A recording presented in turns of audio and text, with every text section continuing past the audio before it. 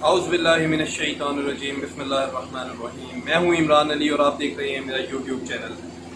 آج میں بات کروں گا عزیر جان بلوچ کے حوالے سے، آخر وہ کون ہے،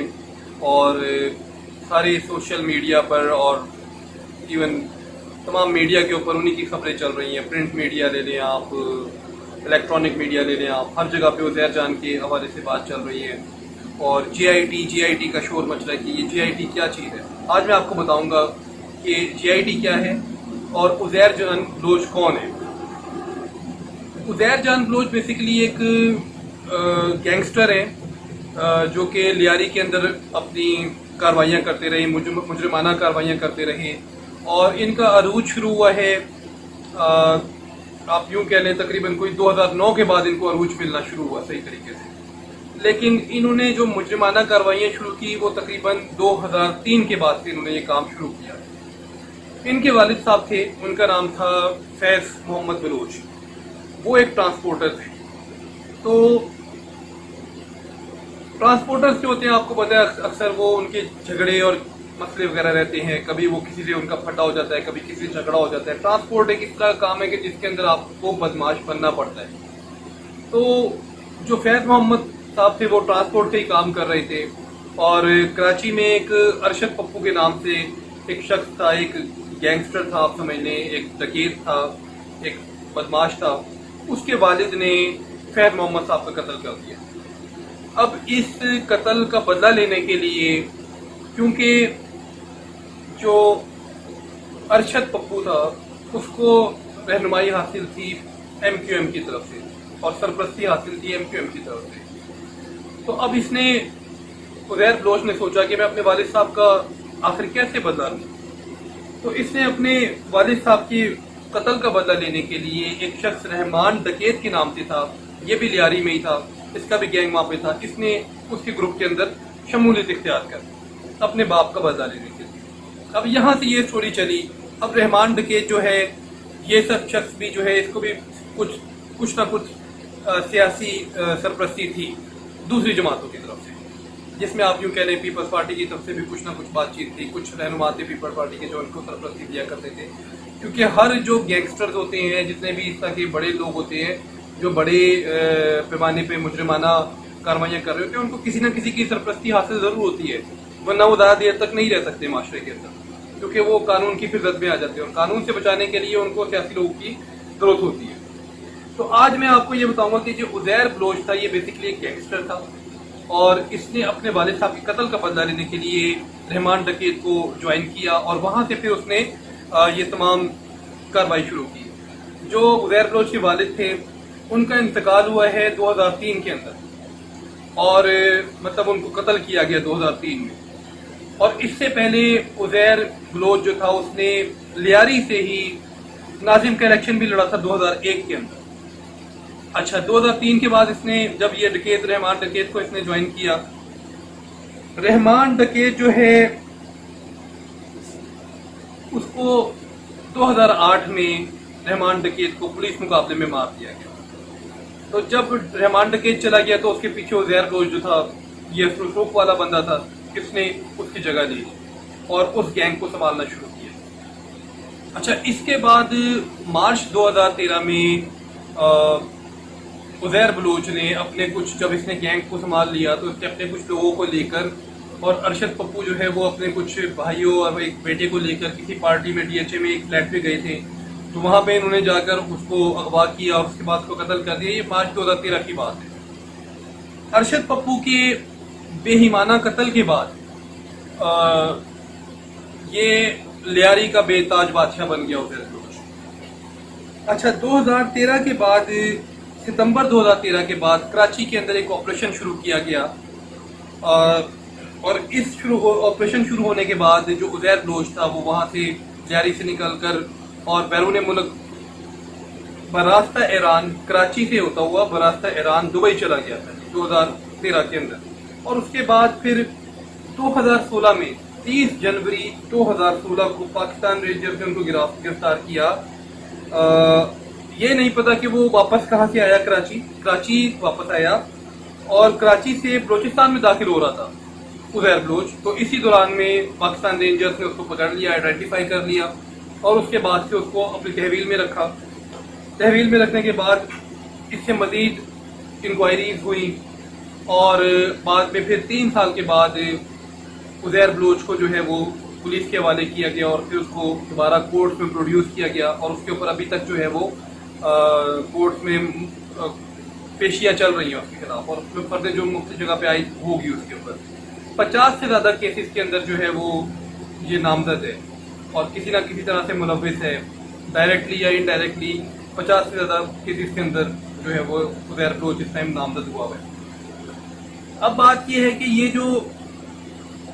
उज़ैर बलोच है उसने खुद भी एतराफ़ किया है कि उसने बहुत सारे लोगों को कत्ल किया, 198 लोगों को उसने लिसानी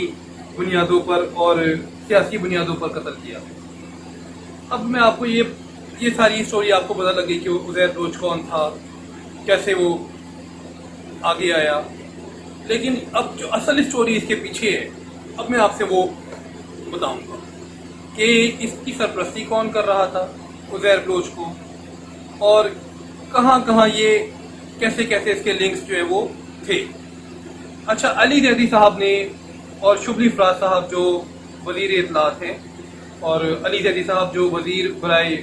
बहरी अमूर हैं, उन्होंने 7 जुलाई 2020 को एक प्रेस कॉन्फ्रेंस की इस्लामाबाद से, जिसके अंदर उन्होंने मुख्तलिफ चीज़ों को हाईलाइट किया इसी GIT के हवाले से और बाकी 2 GITs और हैं जो निसार मुराई के हवाले से और सानिया बल्दिया टाउन के हवाले से जो एक फैक्ट्री में आग लगी थी। ये 3 GITs और तीसरी उज़ैर बलोच की अपनी है। उन्होंने ये दरख्वास्त की सुप्रीम कोर्ट से कि ये जो GITs हैं ये ठीक पब्लिश नहीं हुई हैं, जो सिंध हाई कोर्ट ने जो हुक्म दिया उस पर सिंध हुकूमत ने GITs को पब्लिश किया लेकिन ये सही पब्लिश नहीं की गई। अब उनका कहना ये था अली जैदी साहब का कि जी 2017 के अंदर उन्होंने चीफ सेक्रेटरी सिंध हुकूमत जो है उनको एक खत लिखा और उस खत में उन्होंने कहा कि जो GITs हैं, तीनों GITs, ये right of information mission act के तहत उनको दी जाएं ताकि वो उसको पढ़ें और तमाम अवाम तक पहुंचाएं, ये सबका हक है। लेकिन उसका उनको कोई जवाब नहीं दिया गया और इसी चीज़ को लेकर वो केस कोर्ट में चले गए, सिंध हाई कोर्ट में। वहाँ पे जाके उन्होंने पिटीशन दायर की और ये केस 2017 से सितंबर 2017 से आगे ऑनवर्ड चलता रहा और रवां साल 2020 के जनवरी में उनको पब्लिश करने का सिंध हाई कोर्ट ने हुक्म जारी किया। 28 जनवरी को सिंध हाई कोर्ट ने उनको पब्लिश करने का हुक्म जारी किया। उन्होंने कहा, अली जैदी साहब ने कहा कि जी पाकिस्तान के अंदर जो सियासत हो रही है वो मफादात की सियासत है और इदारों को पीछे धकेलते हुए जाती गैंग्स को फरोग दिया जा रहा है और GIT का मकसद जो होता है वो सिर्फ रस्मी कार्रवाई नहीं होता बल्कि वो अवाम के सामने हकाइक लाने के लिए बनाई जाती है। तो ये हकाइक अवाम के सामने आने चाहिए कि ये उज़ैर बलोच कौन था, कहाँ से आया, इसकी सरपरस्ती किसने की। अब और इस रिपोर्ट के अंदर जो GIT सिंध हुकूमत ने पब्लिश की उसके अंदर ये बताया गया कि 2006 से लेकर 2008 तक ये जो उज़ैर बलोच है ये हिरासत में रहा है, जेल के अंदर रहा है। उसके बाद इसको मतलब जमानत पे रिहा किया गया और बाद में ये मफरूर हो गया। रिपोर्ट में ये भी बताया गया कि 2003 में इन्हें सजावल से चौधरी असलम ने गिरफ्तार किया था लेकिन उन्हें जमानत पर रिहा कर दिया गया और बाद में उन्हें मफरूर करार दे दिया गया। और इसके अलावा 2006 से 2008 तक कराची सेंट्रल जेल में भी रहा है उज़ैर बलोच। अच्छा, अब जो अहम बात है जो अली जैदी साहब कर रहे हैं, अली जैदी साहब कह रहे हैं कि उन्होंने जो प्रेस कॉन्फ्रेंस की है वज़ीर इत्तलात के साथ, उसमें उन्होंने कहा कि ये कोई गाड़ी चोरी होने का केस नहीं है या कोई मोटरसाइकिल चोरी होने का केस नहीं है। ये 158 बंदों का उज़ैर बलोच ने खुद एतराफ़ किया है और एक जगह पे उसने 198 बंदों का एतराफ़ किया है। तो उनका कहना था कि भाई ये रिपोर्ट पब्लिश होनी चाहिए, ये लोगों के सामने इसकी मतलब इसका जो कुछ है वो सामने आना चाहिए। और उन्होंने कहा कि नबील गुबोल साहब ने भी अभी यही बात की है कुछ देर पहले कि जो रिपोर्ट पब्लिश हुई है सिंध की तरफ से, सिंध हुकूमत की तरफ से, ये कंप्लीट रिपोर्ट नहीं है, जबकि नबील गुबोल साहब का बयान उससे कुछ डिफरेंट है। जो GIT है उस हवाले से उन्होंने कहा, अली जैदी साहब ने कहा कि ये जो GIT सिंध हुकूमत ने जो पब्लिश की है ये JIT अनकम्प्लीट है, और उन्होंने कहा कि इस JIT के अंदर एक्चुअली जो बनाई गई थी उसमें टोटल 6 लोग थे, जिसमें से 4 लोग वफाकी हुकूमत के थे और 2 लोग सूबाई हुकूमत सिंध हुकूमत के थे। अब मैं आपको बताता हूँ कौन कौन सी ब्रांचेस से थे लोग। एक स्पेशल ब्रांच के थे जो सिंध हुकूमत की अंडर है, दूसरे CID ब्रांच से थे जो सिंध हुकूमत की, ये भी अंडर है, एक और ISI से थे, ये वफाक के अंडर है, एक इंटेलिजेंस ब्यूरो से थे, ये भी वफाक के अंडर है, एक पाकिस्तान रेंजर्स थे, ये भी वफाक के अंडर आते हैं पाकिस्तान रेंजर्स से, और एक मिलिट्री इंटेलिजेंस से थे और ये भी वफाक के अंडर आते हैं। तो उन्होंने फरमाया कि सिंध हुकूमत ने जो JIT पब्लिश की है वो कोई और है, और जो उनके पास है अली दहली साहब के पास वो JIT कुछ और है। उन्होंने कहा कि जो JIT उनके पास रिपोर्ट मौजूद है अली दहली साहब के पास,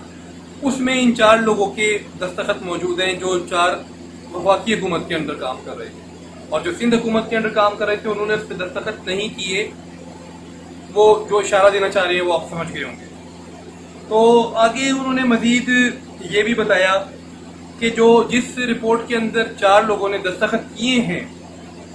उसमें उन्होंने बताया कि मुल्जिम ने उसके अंदर एक और इंकशाफ भी किया कि इसके अंदर उनके दोस्तों के नाम है। अली दहली साहब कह रहे हैं इस रिपोर्ट में जो मैं आपको बताने जा रहा हूँ इसमें उनके दोस्तों के नाम है, और वो कौन से दोस्त हैं? डॉक्टर जुल्फ़िकार मुर्दा साहब, फरियाल तालपुर साहिबा, और अब्दुल कादिर पटेल, और डॉक्टर निसार मोराई, सेनेटर यूसुफ बलोच और शर्जील मेमन। अच्छा, उज़ैर जान बलोच साहब का इस JIT रिपोर्ट के अंदर उज़ैर जान बलोच ने कहा कि मुझे सेनेटर यूसुफ बलोच ने कहा कि आप वज़ीर आला सिंध कायम अली शाह साहब से मुलाकात करें, और जब मेरी उनसे मुलाकात हुई तो उनके ज़रिए मेरी मुलाकात जो है फरियाल तालपुर साहिबा से भी हुई है, और उनके ज़रिए से ही मैंने अपने सर पे जो मेरे सर की मनी रखी गई थी, पैसे रखे गए थे मेरे सर के ऊपर, मेरे सर की कीमत रखी गई थी, वो मैंने उनसे दरख्वास्त की कि वो हटा दी जाए। तो वो उन्होंने उनके हुक्म पर और आसिफ अली जरदारी साहब के हुक्म पर और फरियाल तालपुर साहिबा के हुक्म पर उसको हटा दिया गया उस हेड मनी को। ये 2013 की बात है। तो वो ये बात कर रहे हैं कि ये जो रिपोर्ट है ये कंप्लीट नहीं है, और इसके अंदर ये जो 6 नाम है जो सिंध हुकूमत ने जो पब्लिश किया वो 6 नाम निकाल दिए गए हैं। तो अब अल्लाह बेहतर जानता है कि जो अली दहली साहब के पास रिपोर्ट JIT की मौजूद है वो ठीक है, या सिंध हुकूमत ने जो पब्लिश की है वो ठीक है। अब इसके ऊपर ये फैसला आपके ऊपर छोड़ता हूँ मैं। अगर इस मौजू पे आपकी कोई अपनी पर्सनल राय है तो आप अपने नीचे कमेंट सेक्शन में उस पर ज़रूर कमेंट कीजिएगा। आपकी राय हमारी रहनुमाई करती है, और अगर आपको वीडियो पसंद आई हो तो इसको लाइक, शेयर और सब्सक्राइब करना ना भूलिएगा। और आपकी सब्सक्राइब करने से मेरी और मेरी टीम की बहुत हौसला अफजाई होगी। इसी के साथ अपना बहुत ख्याल रखें, अपने इर्द गिर्द के लोगों का ख्याल रखें। अगली वीडियो तक के लिए अल्लाह हाफ़िज़।